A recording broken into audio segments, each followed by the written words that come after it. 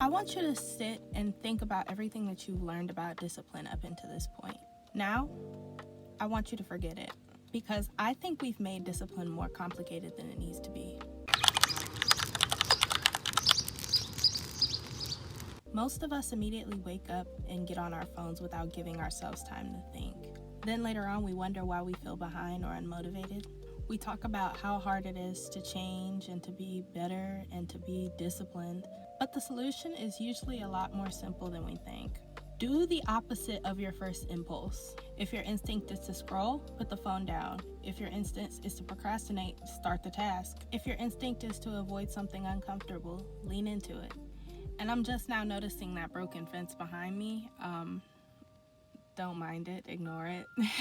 We don't have to be dramatic about it. We don't have to make it aesthetic. We just have to do it. Because at the end of it all, it really does come down to just consistency.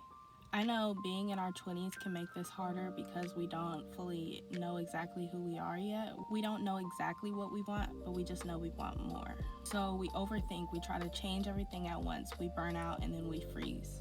And then in turn, nothing really changes. The truth is, at the rate we're going right now, we may not ever become the version of ourselves that we truly admire.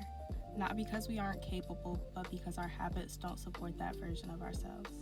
There's a quote that's often attributed to Thomas Jefferson that says, "If you want something you've never had, you must be willing to do things that you've never done." And that's really the whole point. We want different results, but we keep choosing familiar behaviors. I've recently been reading The Power of Your Subconscious Mind by Joseph Murphy, and one of the lines that stood out to me was, "Your subconscious mind accepts what you feel to be true." What that means in practical terms is this: your subconscious believes what you repeatedly show it. Every time you feel stressed, you distract yourself, and in turn, your brain learns that distraction equals safety. If every time you feel something's difficult and you try to avoid it, your brain's going to start to see that avoidance as protection. So even if you want growth, confidence, discipline, your repeated actions are what actually shapes your identity. For example, say you want to start working out.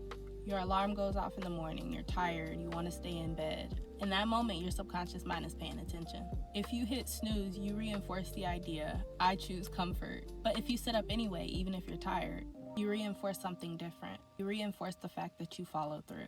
That's how discipline is built. Not through motivation and not through big declarations. Through those small moments where you interrupt your default reaction. Lazy habits don't just slow you down. They train your mind to protect the version of you that feels most comfortable. And if you want to become someone different, you have to consistently make choices that your current self wouldn't normally make. Not all at once, of course, and not perfectly, just often enough that your pattern starts to change.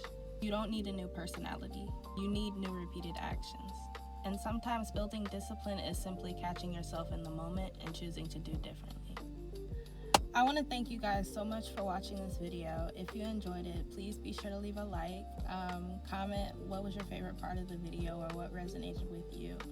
Make sure to also subscribe if you haven't, because we are on the road to 1K and we're currently at, I think, like 609 subscribers. So we're a little over halfway there. So subscribe to join the family. Make sure you follow my socials down below. They'll be linked. And check out some of my other videos. And with all that being said, once again, thank you guys all so much for watching, and I will see you in my next video. Bye.